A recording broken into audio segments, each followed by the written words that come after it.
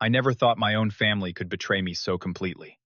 For 3 years, I saved every penny I could spare for my son Ethan's heart surgery. $45,000 that meant the difference between life and death for my 8-year-old boy. When I had to leave town for a family emergency, I trusted my cousin Jessica with a key to my house. I never imagined she would steal that money, or that her excuse would be so cold. Before I tell you how my own blood betrayed me and my son, let me know where you are watching from in the comments. Hit subscribe if you want to hear how justice finally caught up with her in the most unexpected way. Life as a single dad has never been easy, but I would do anything for my son Ethan. I work as a construction manager, taking every extra shift and weekend job that comes my way. My schedule is always packed because I have a special reason to earn every dollar I can. You see, I lost my wife Sarah in a car accident when Ethan was only 2 years old. That tragedy changed our lives forever, but we kept moving forward together, just the two of us. Ethan was born with a congenital heart condition. For years, we managed it with medication and regular checkups, but as he grew, his condition worsened. When he turned 5, his cardiologist explained that Ethan would eventually need a specialized surgical procedure. It was a complex operation that required a pediatric cardiac surgeon with specific expertise, and for some reason our insurance classified it as experimental and refused to cover it. The price tag was staggering $45,000. I remember staring at that number on the hospital estimate form, feeling like someone had punched me in the stomach. But I immediately started planning how to save every cent. I picked up side jobs on weekends, cut every expense possible, sold my truck for a cheaper model, and moved us to a smaller apartment to reduce rent. Each week I would deposit cash into a fireproof safe hidden in my bedroom closet. I tracked every dollar in a small notebook, watching the totals slowly climb. After 3 years of sacrifices, we were finally approaching the full amount. Ethan was now 8, and while his symptoms were becoming more concerning, we were only weeks away from being able to schedule the procedure. That was when my cousin Jessica re-entered our lives. Jessica and I grew up together, but we were always different. My family worked hard for everything we had, while hers was wealthy and connected. Jessica never had to worry about money. She went to expensive private schools, had multiple cars by the time she was 20, and her parents funded her lavish lifestyle well into adulthood. Even after she married Robert, a successful investment banker, her parents continued supporting them financially. Despite our differences, we remained on good terms. Jessica would occasionally visit when she was in town, bringing expensive gifts for Ethan that I could never afford. She would talk endlessly about her travels, designer clothes, and the parties she attended. I never resented her privilege, though sometimes her obliviousness to how most people lived could be frustrating. Recently, Jessica had gone through a bitter divorce with Robert. Though she maintained her affluent appearance on social media, there were rumors in the family that she was struggling financially for the first time in her life. Her parents had finally decided she needed to learn financial independence at 32 years old, though they continued paying for her condo. I got the call on a Tuesday afternoon. My mother had suffered a stroke and was hospitalized in Ohio, a 6-hour drive away. I needed to go immediately, but I had a problem. Ethan was in school, and I had no one to watch him for what might be several days. Panicking, I called my best friend Michael, whose family graciously agreed to take Ethan while I was gone. There was still one issue: someone needed to feed our cat and check on the house.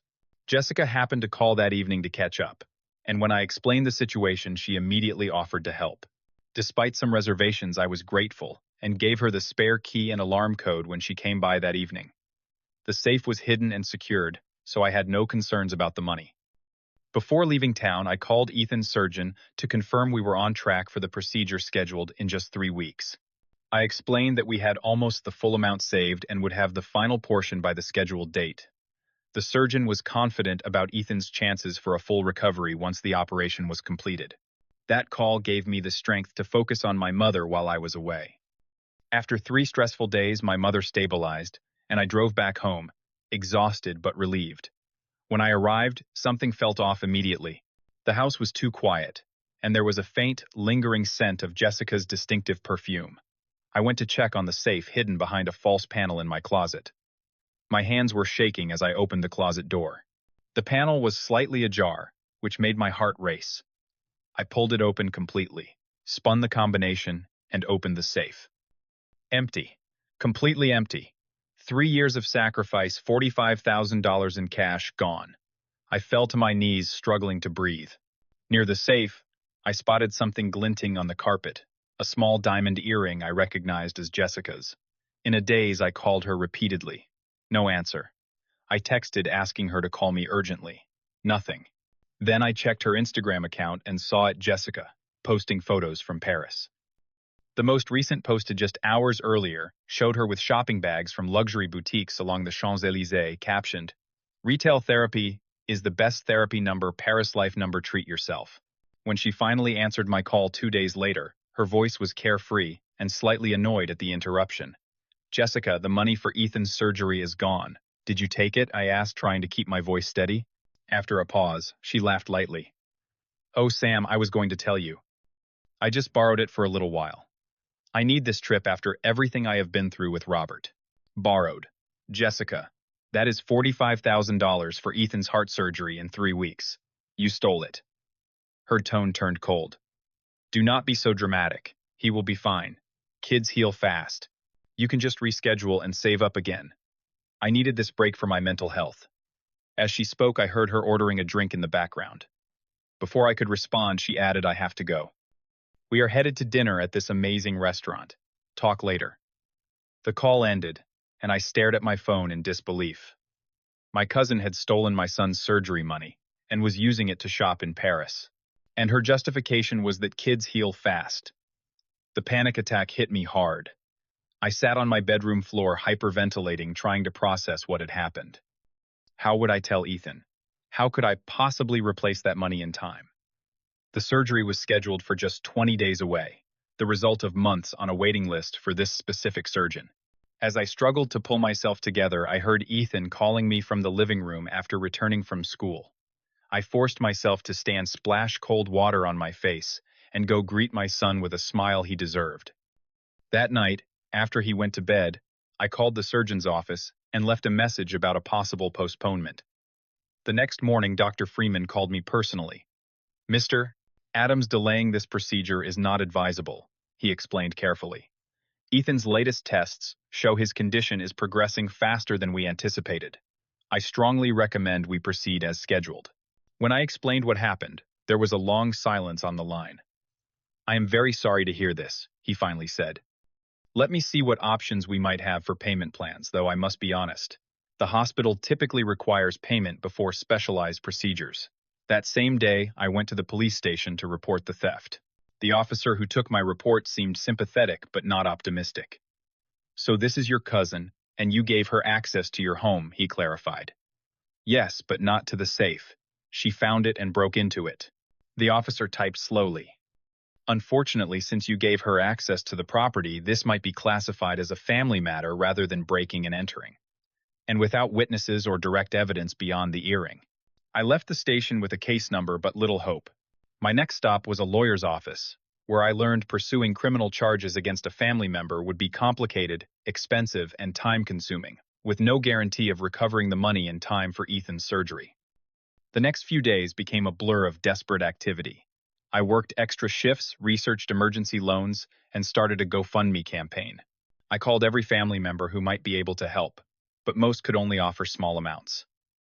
When I explained what Jessica had done, the family's reaction was divided and shocking. "Are you sure she took it?" my aunt questioned. "Jessica has always been so generous."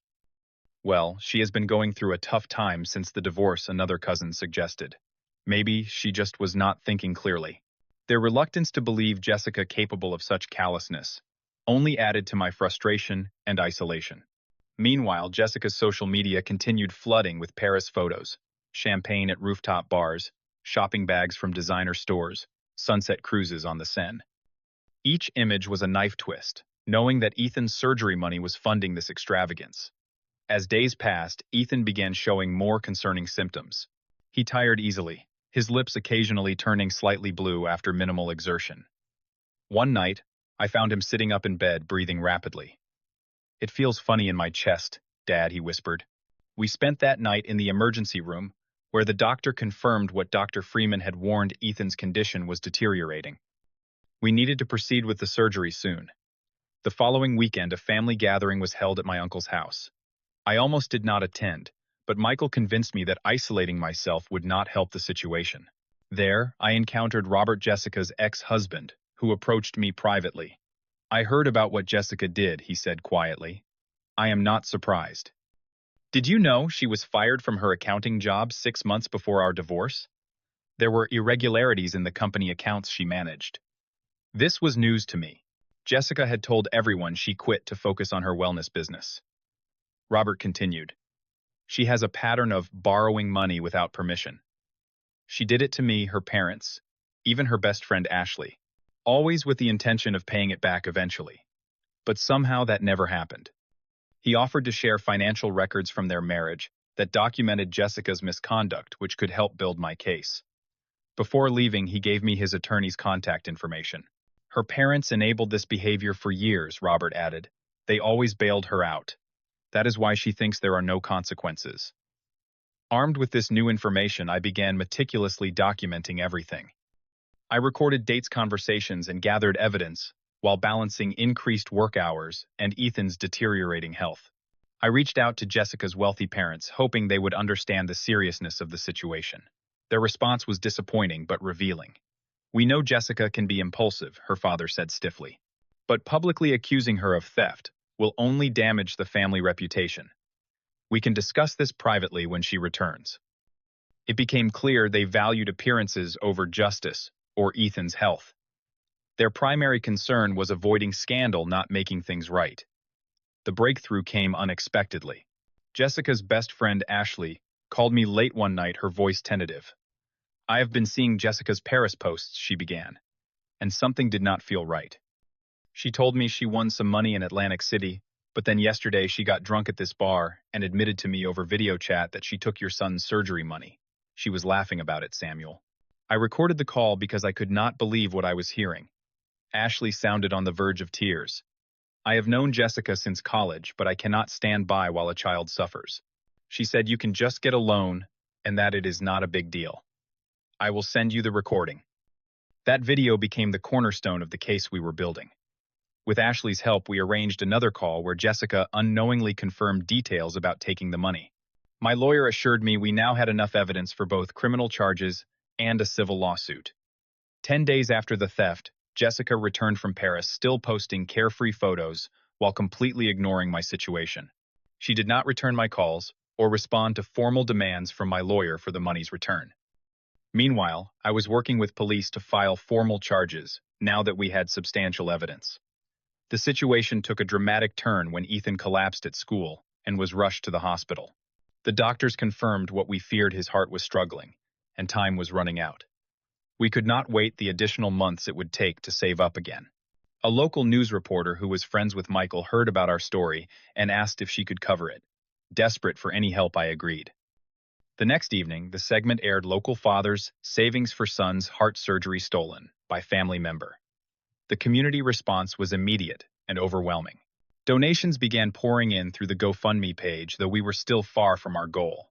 3 days after the news story aired, Jessica surprisingly appeared at the hospital carrying a small gift bag for Ethan. I met her in the hallway, preventing her from entering my son's room. I brought him a present, and I wanted to give you this, she said, handing me an envelope containing $5,000 to help out with expenses. The audacity was breathtaking. She was returning approximately 1/9 of what she had stolen, expecting gratitude. Jessica, you took $45,000. This does not even cover the emergency room visit from when he collapsed, I said, recording the conversation, as my lawyer had advised. She sighed dramatically. I do not have the rest right now. Paris was more expensive than I expected. Why not just get a loan? Your credit is good. Why did you take the money in the first place? You knew it was for Ethan's surgery. She shrugged. I needed a break after everything with Robert. Besides, I was going to pay you back. Eventually. Why are you making such a big deal about this? Family helps family. By stealing from a sick child, I asked incredulously. Stop being so dramatic. Kids bounce back. You are acting like I endangered his life or something. That was when I nodded slightly to the hospital security guard, who had been standing nearby. He stepped aside to reveal 2 police officers and my lawyer, who had heard every word. Jessica Morgan, one officer said. We need to speak with you regarding the theft of $45,000. The color drained from her face as she realized what was happening. You cannot be serious, she whispered. You would have your own cousin arrested. What will people think I am thinking about my son's life? I replied quietly. Something you never considered. As the officers escorted her away, several family members who had come to visit Ethan witnessed the scene. Jessica's parents arrived shortly afterward, having been called by another relative. Their faces were tight with anger and embarrassment. This has gone too far, her father said. You could have come to us privately, instead of involving the police and humiliating the family. I reminded him. You were more concerned about your reputation than about Ethan's life. After a tense silence, her mother spoke. How much do you need for the surgery? $45,000. The exact amount Jessica stole. Her father pulled out his checkbook. We will cover it, today. But we expect you to drop these ridiculous charges against Jessica. I faced a terrible moral dilemma. Ethan's surgery needed to happen within days, according to his doctors. The GoFundMe had raised almost $15,000, but we were still far short. Yet allowing Jessica to escape consequences meant she would likely do this again to someone else. I will accept the money for Ethan's surgery, I said finally, but I will not drop the charges. What Jessica did was not just wrong, it was criminal. Her parents were furious but wrote the check anyway, unwilling to be seen as refusing to help their grandson. As they left, I heard her father on the phone with his lawyer, likely looking for ways to minimize the damage to Jessica and the family name. Over the next few days, Jessica called, repeatedly alternating between tearful apologies and angry accusations claiming I had set her up. She enlisted various family members to pressure me into dropping the charges, but I remained firm. When those efforts failed, she tried a different approach, claiming she had been under tremendous stress and wasn't thinking clearly. Through family connections, I learned this wasn't Jessica's first time borrowing money without permission. She had done similar things to cousins, aunts, and friends over the years, but her parents had always smoothed things over with their checkbook and influence. This time was different. There was too much evidence, and the stakes had been too high. On the day of Ethan's surgery, Jessica had her first court hearing. I focused entirely on my son, pacing the waiting room, while Dr. Freeman performed the complex procedure that would repair Ethan's heart. After 5 agonizing hours, the surgeon emerged with a tired smile. The surgery went very well, he said. Ethan's heart is already showing improved function. He is a strong boy. As word of what happened spread through our community and extended family, Jessica faced significant social consequences. She lost her remaining friends, was unwelcome at family events, and found her carefully cultivated image in tatters. Her social media accounts went quiet after a storm of negative comments on her Paris photos. Ethan's recovery was remarkable. 6 weeks after the surgery, he was already showing stamina and energy I had never seen before. The dark circles under his eyes disappeared, and for the first time in his life, his lips maintained a healthy pink color, even during physical activity. Despite her family's connections, Jessica received consequences for her actions.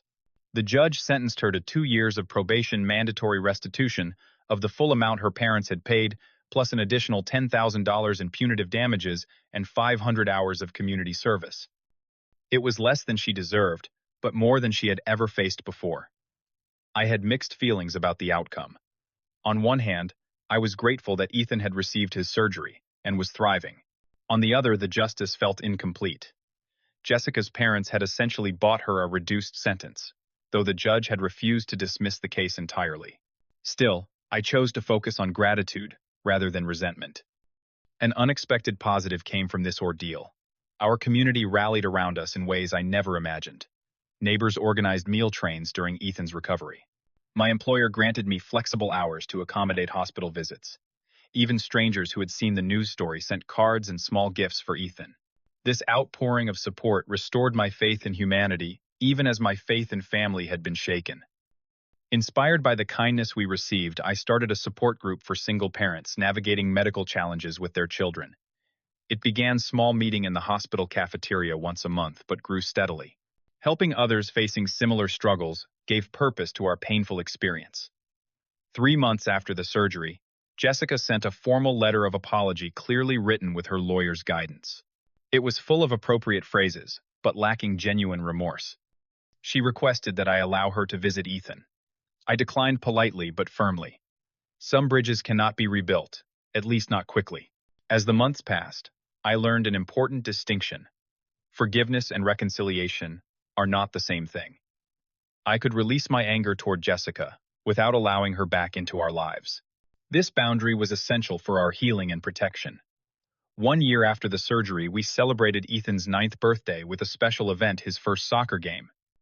Watching him run across the field, his face flushed with healthy exertion and joy, I felt overwhelming gratitude. This moment would not have been possible without the surgery. My perspective on material things changed permanently through this ordeal. While I still worked hard to provide financial security, I recognized that time with Ethan was the true wealth in my life. We simplified our lifestyle, focusing on experiences rather than possessions. After completing her community service hours at a children's hospital, Jessica sent another letter.